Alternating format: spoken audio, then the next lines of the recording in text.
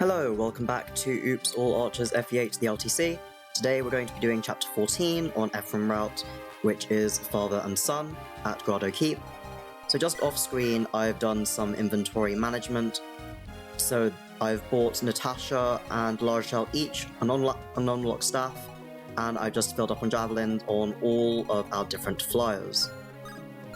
I'm just going to quickly go to Tyzel and sell the Goddess Icon and Hero Crest, so that we've got our full money accounting for, and let's just head into the chapter. So, if you played this map before, you may remember it as being status stave hell. It will not be this for me because I've edited down all the different staff hits down to 0. So I'm just going to quickly move everyone around to where they need to be.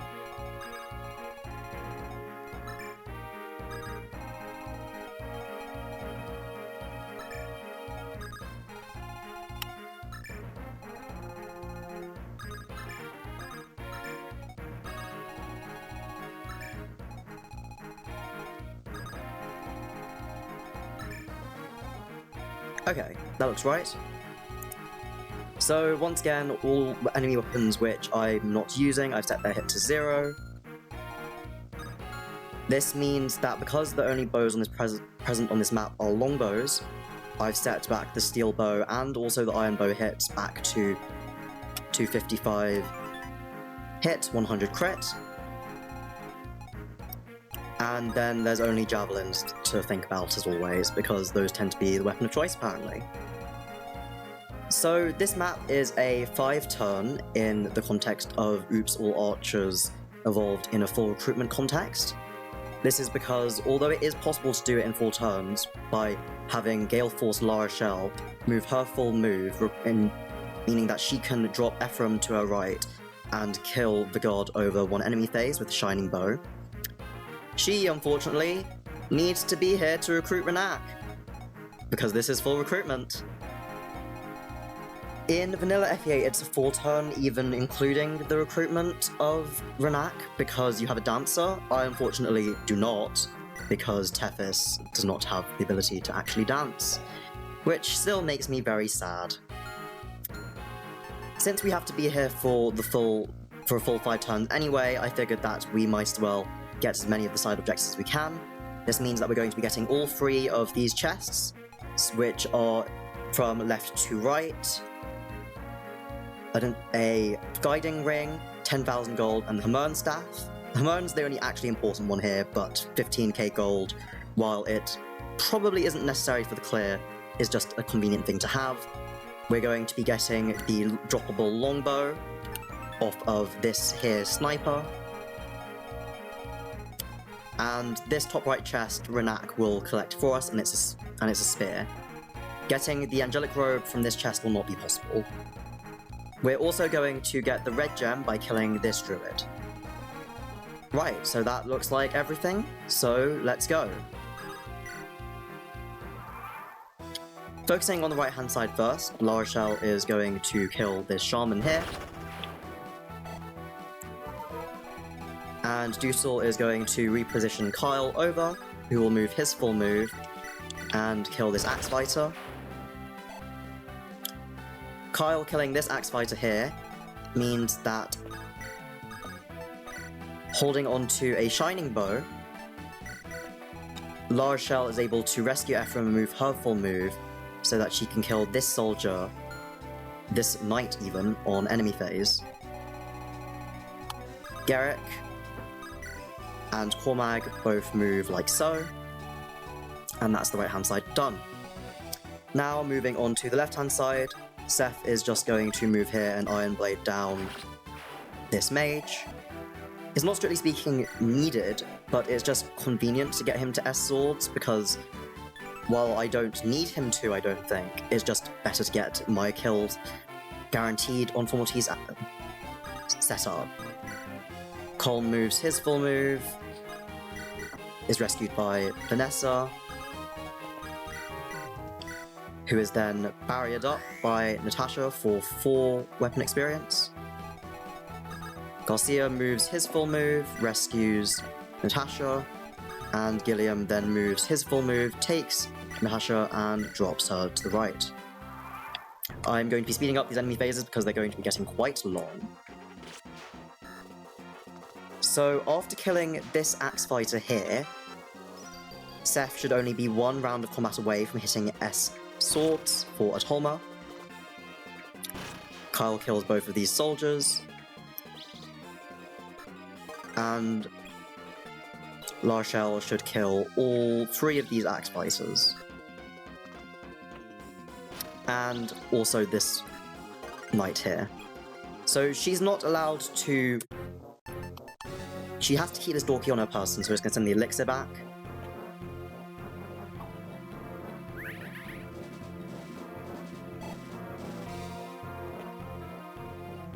And there is Mr. Silence. Strangely, in Oops All Archers Evolved, Berserk doesn't seem to work properly. I was playing it in vanilla, and the Berserk stuff just didn't work at all. Still though, I was always going to make it not work for this map anyway. Right, so now Cormag moves his full move, trades the door key off of La Rochelle, and attacks one of the knights. Garrick then moves his full move, once again trades this door key off, and then opens the door. Kyle has to move his full move, so he just goes and kills the bishop, because he has got to be here anyway. La Rochelle gives EPHRAIM over, and then gets killed with the steel bow. She switches back over to the shining bow, and then uses the unlock staff here.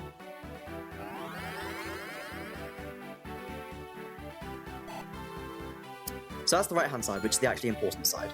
Now we've got this side over here.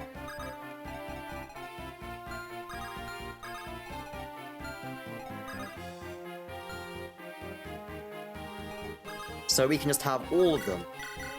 All 3 of these knights die. There's that S swords.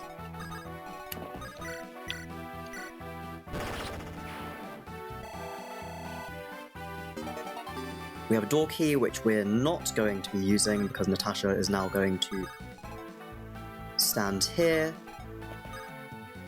and use the unlock staff. The unlock staff gives 5 weapon experience, so it's technically optimal for the case of building weapon rank, but due to the multiple that Natasha's rank is at currently, it doesn't actually matter. Still, I'm just going to do it for completionist purposes. We're just going to drop Colm closer, and then Gilliam is going to stand here and javelin down that final knight because he would one-hit KO Natasha, and Dusor just moves closer. Now once again we roll around enemy phase, which I'm going to speed up once more.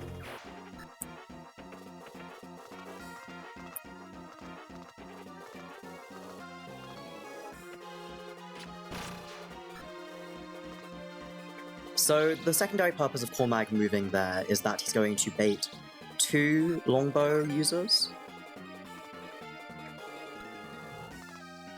There we go, that's the first one, and that's the second one. Rennac runs up and gets that spear, and then we are tempted to be slept and berserked, neither of which happen. And more reinforcements arrive. Right, so now La Rochelle moves back her full move here, and kills this sword fighter. So Rennac is not aggressive, I believe, but we're still going to make sure that we don't accidentally kill him because that would be a bit sad. Kyle moves his full move. Cormag and Garrick will both get a kill on the longbow users here.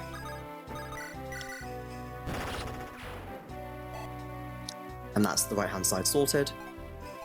Now we're once again back over here, So none of these longbow archers have any hit chance, so it's really fine. But just for like absolute assurance,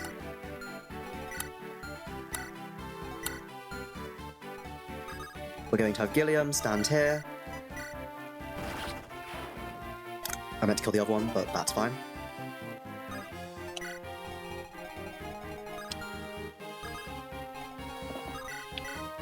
Garcia gets killed.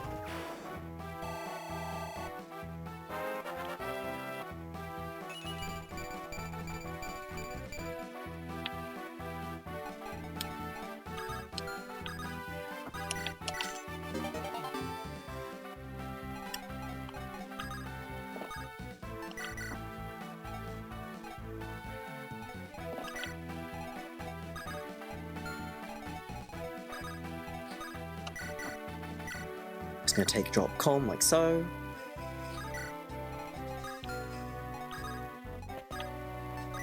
And barrier.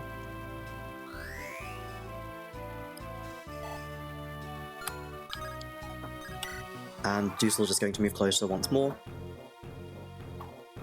Kyle's going to be getting quite a lot of kills on this enemy phase, just because of all the reinforcements that spawned after opening up the door. Cormag will get a level here.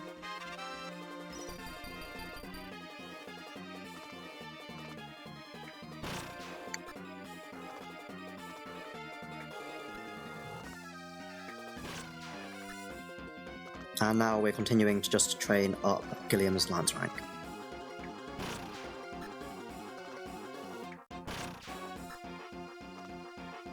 We've also baited over that longbow sniper.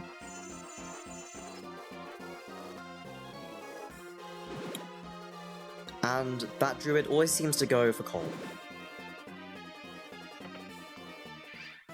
Right. La Rochelle talks to Rennac, moves back. Alright, so we have Rennac, who has very kindly collected this spear for us, which we will probably not be using. He gives us a member card, which is once again very nice of him, but we're not really going to have time to visit either of the secret shops in the main campaign, because it's just not possible in the course of the next 1 and a bit turns to get all the way over here, unsurprisingly. So Rennac is at least kind enough to join us with B bows, but more importantly C staves, meaning that we're going to have another person who would be capable of using the Hamern staff and just generally other useful staves that might crop up.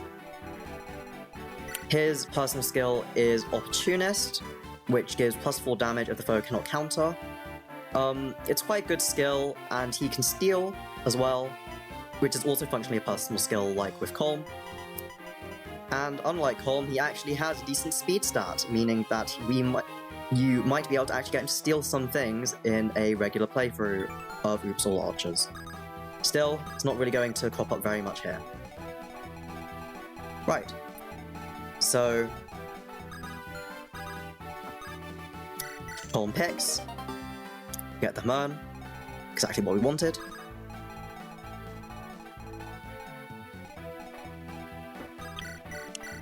And Gilliam's just going to continue training up his rank.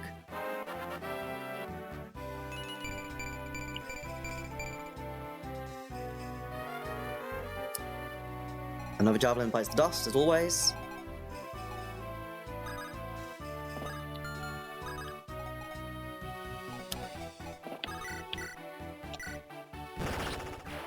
Doesn't really matter who gets these kills. We just need to make sure that this one here dies.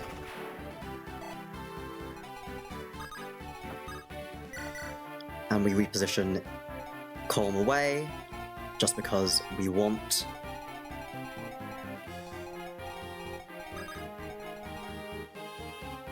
someone to die appropriately. Kyle gets to move his full move and drops EPHRAIM perfectly there, meaning that he'll be able to kill the guard on enemy phase.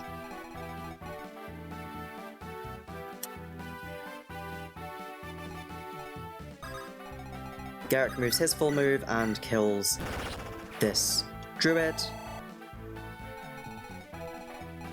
And Cormag just moves one over, meaning that he will bait this sniper.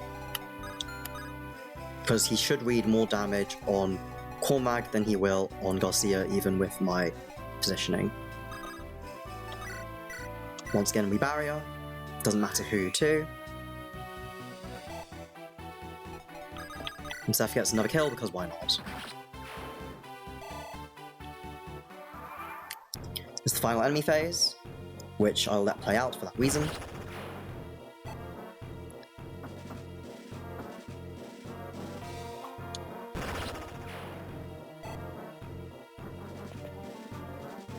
So Gilliam will get that kill and then 3 more on this enemy phase.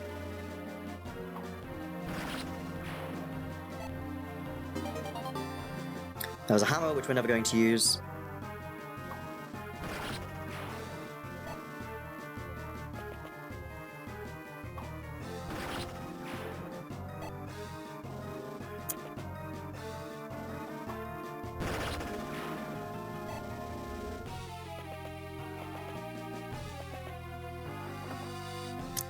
And now, behold, says 3 damage. Meet Luna crits, baby. Once again, similarly to some previous videos, I'm just getting some extra experience on Kyle because realistically, Gilliam already has all the experience he needs in every single way.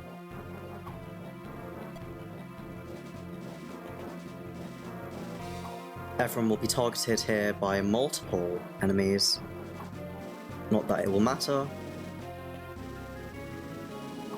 Okay, well there's another reason why that longbow sniper will just go for someone else instead.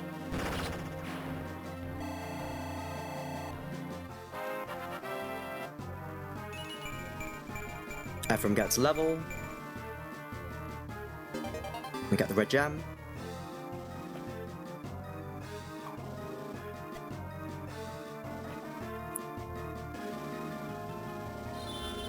And this leap attempt will fail. There we go. Right, so this is the true final turn. And we're just going to wrap things up. So, Colm is going to pick 10,000 gold. Just going to barrier him up.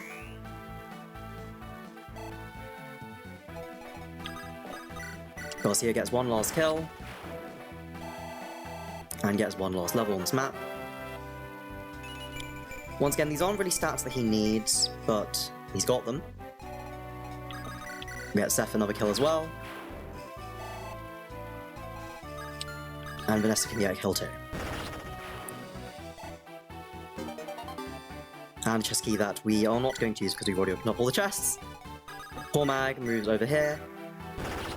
Kills the longbow sniper. There we go. It doesn't matter which of these knights we get Gilliam to kill at all. But just for the sake of all side objectives and door keys not being viable, we'll just kill this one.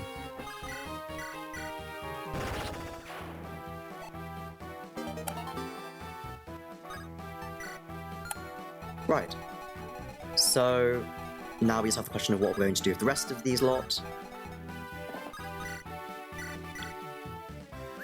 We can just kill this enemy here. That means that Laular shall be able to Gale Force and kill this enemy and get another level.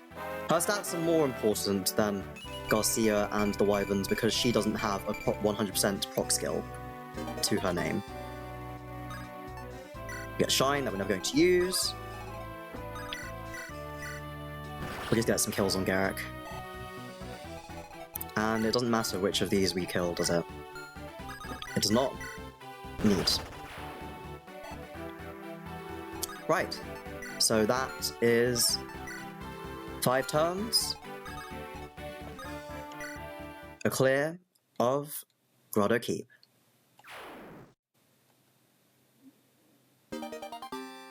And we now get some of our first Sacred Twin weapons. You may have noticed that Gleipnir is not a tome, but is rather a bow. This is true of actually all of the tome weapons. So yeah, a Sacred Twin bow that provides skill +5 and weighs 20. A bit heavy, just a bit.